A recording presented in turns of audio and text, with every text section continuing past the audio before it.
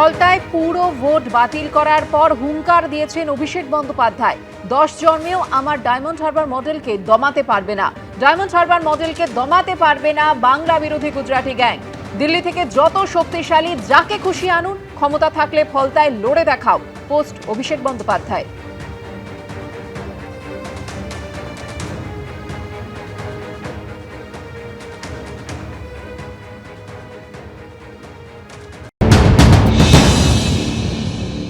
EVM এর ওপরে Sellotape মেরে দেওয়া হয়েছে, ইভিএম এর বিজেপি সিম্বলের ওপরে প্রায় 70 থেকে 80টা ইভিএম এর ওপরে বিজেপি বোতামের ওপরে আতর লাগিয়ে দেওয়া হয়েছিল।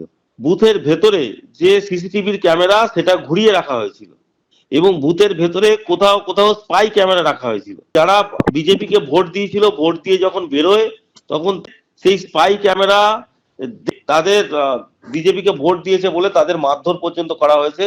ভোটের আগের দিন আধার কার্ড, ভোটার কার্ড নিয়ে চলে আসা হয়েছিল যাতে তারা ভোট দিতে না আসতে পারে। অবজারভার দায়িত্বে ছিলেন উনি ডায়মন্ড হারবার এসেছিলেন।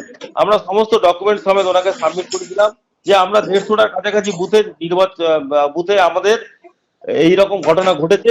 আমরা পুরো ফলতা বিধানসভা জুড়ে নির্বাচন চাই। এগুলো সব বাতিল করে 21 তারিখে নির্বাচন দিন স্থির করেছেন। তাহলে আমাদের যে দাবি দাওয়াগুলো ছিল, আমাদের যে অভিযোগগুলো ছিল, সেগুলো একদম যে সত্য সেটা প্রমাণ হলো। ফলতায় ভুরি ভুরি কারচুপি এবং বেনিয়মের অভিযোগ, আর তাই পুনর্নির্বাচনের সিদ্ধান্ত নির্বাচন কমিশনের। কি বলছেন এই প্রসঙ্গে সিপিএম নেতা সুজন চক্রবর্তী, শুনবো। এটা একটা নজিরবিহীন সিদ্ধান্ত, এটা নিয়ে কোনো সন্দেহ নেই যে পশ্চিমবাংলায় নজিরবিহীন মনোভাবে দুই শাসক, দিল্লির বিজেপি আর রাজ্যের তৃণমূল যেভাবে চলছে, তাতে তো মনে হচ্ছে যে ভোটের চাইতেও বেশি ভোট হচ্ছে এখন স্ট্রং রুম। ভোটের লড়াই না, স্ট্রং রুম দখলের লড়াই যেভাবে চলছে তাতে বোঝা যাচ্ছে একটা নজিরবিহীন ব্যবস্থাপনা। আমি আন্দাজ করছিলাম যে এরকম একটা কিছু বোধহয় হতে যাচ্ছে, সব দেখে শুনে, তাই বোঝা গেল যে নতুন করে ভোট ভালো, যেন সেই ভোটটা সুস্থতার সাথে হয়। 4 তারিখের রেজাল্ট বেরোলে মানুষ যেন সুস্থ থাকেন সবাই, এ দায়িত্ব আমাদের সবার, কারণ বাংলাটা আমাদের। এই নানান ওই বিজেপি আর তৃণমূলের গুতগুতিতে মানুষ যেন বিপর্যস্ত না হয়, ফলতার ক্ষেত্রেও সেটাই সত্য বলে ধরে নেওয়া উচিত। ফলতায় পুনর্নির্বাচন নিয়ে দিলীপ ঘোষ কি বলছেন, দেখুন। ফলতা নিয়ে সবার মনেই প্রশ্ন ছিল। ফলতা হচ্ছে ব্ল্যাক স্পট পশ্চিমবাংলার ইলেকশনে, এবারে 26-এর সাধারণ নির্বাচনে।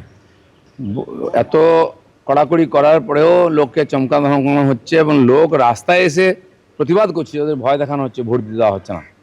তো স্বাভাবিকভাবে এক একটা বুথের ওরা হিসাব দিয়েছেন কেন কোথায় রিপোলিং হচ্ছে। এটা খুব দরকার ছিল।